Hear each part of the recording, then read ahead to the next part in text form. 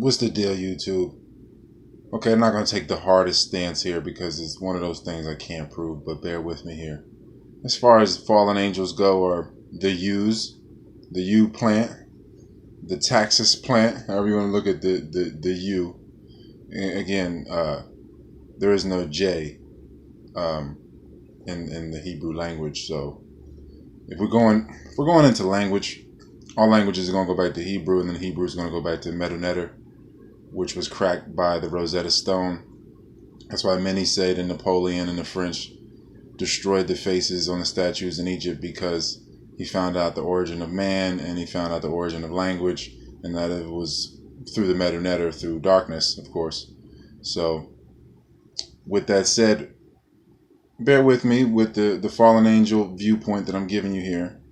You've got the beings that are fallen into pride, fallen into lust, deeper and deeper into it, and their momentum of their energy brings them, or it brings different pieces. Expresses their energy in different pieces. So as they slide into pride, basically their energy is falling into pieces, and they're coming from a state of total awareness. They're coming from a state of oneness and reducing themselves into total separation, total pride, and money is just an expression of that. It's a reaction to that.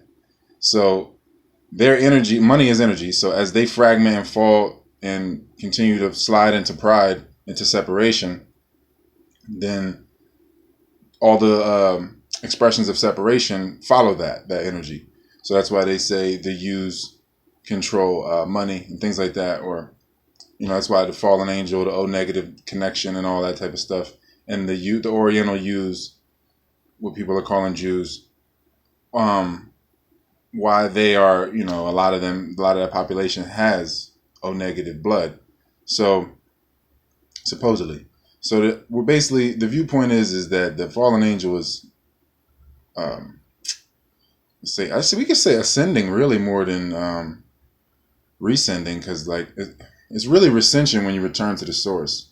It's unbecoming, of course. Reduction is production. So you are you have to reduce the oneness to make separation. So they're being reduced, and of course money is debt. It's a debt to yourself. So those in control of the money, we're getting the trickle down as we are becoming alive, going through true death, going through the unbecoming process. They're creating definitions.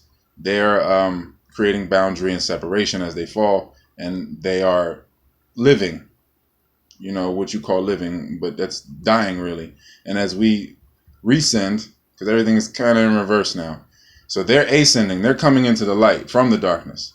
The source is the darkness. That's serenity, returning to the source.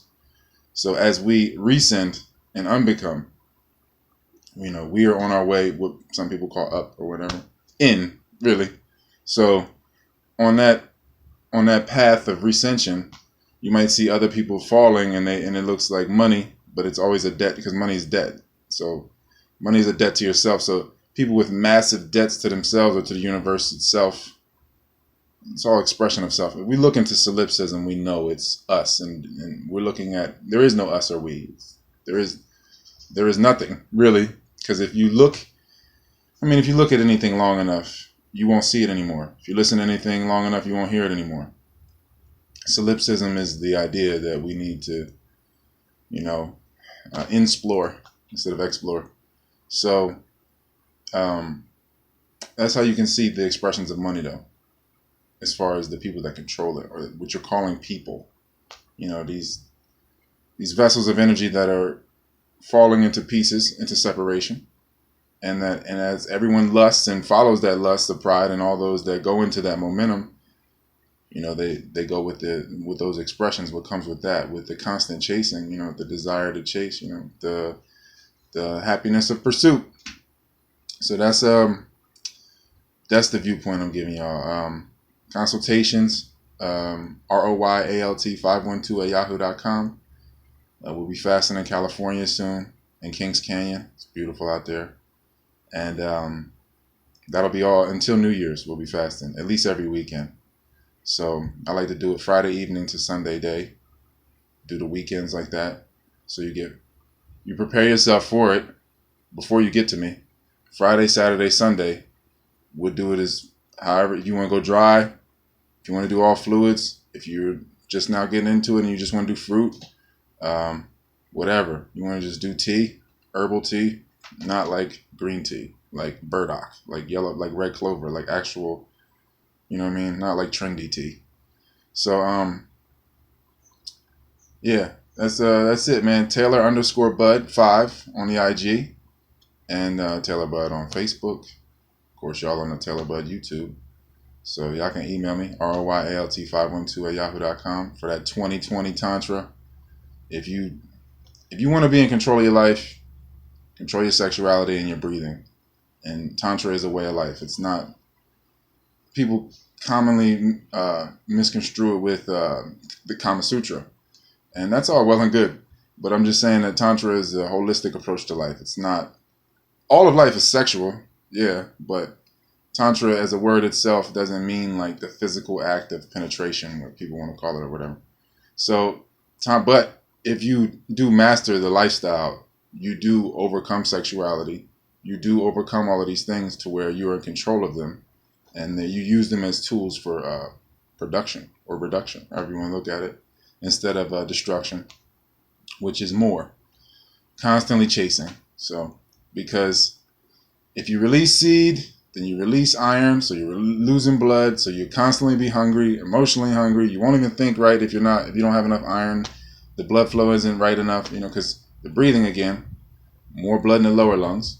So if you breathe properly from the diaphragm, you generate core strength, and you get in touch with your core, so you have balance. And the blood is more rich when you can get air to the lower lungs where more blood is. So then you have less heartbeats per minute, you breathe less per minute, you live longer, or even if you did die tomorrow, it would be great from here till then. So that's why breathing is critical. That's why it's paramount. So you can see the way to the way. Staying on top of your breathing is pretty much just paying attention, or just allowing, however you want to look at it. So fully exhale. That's key. Always go there with it.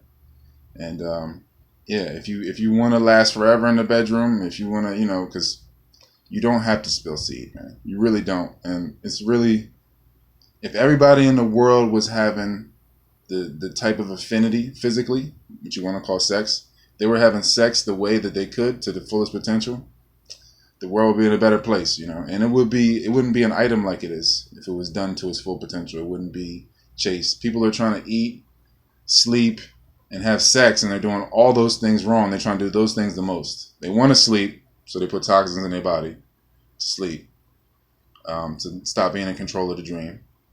They want to have sex because the well is in the lower parts of the body. You want to have the lower chakras, the lower endocrine system.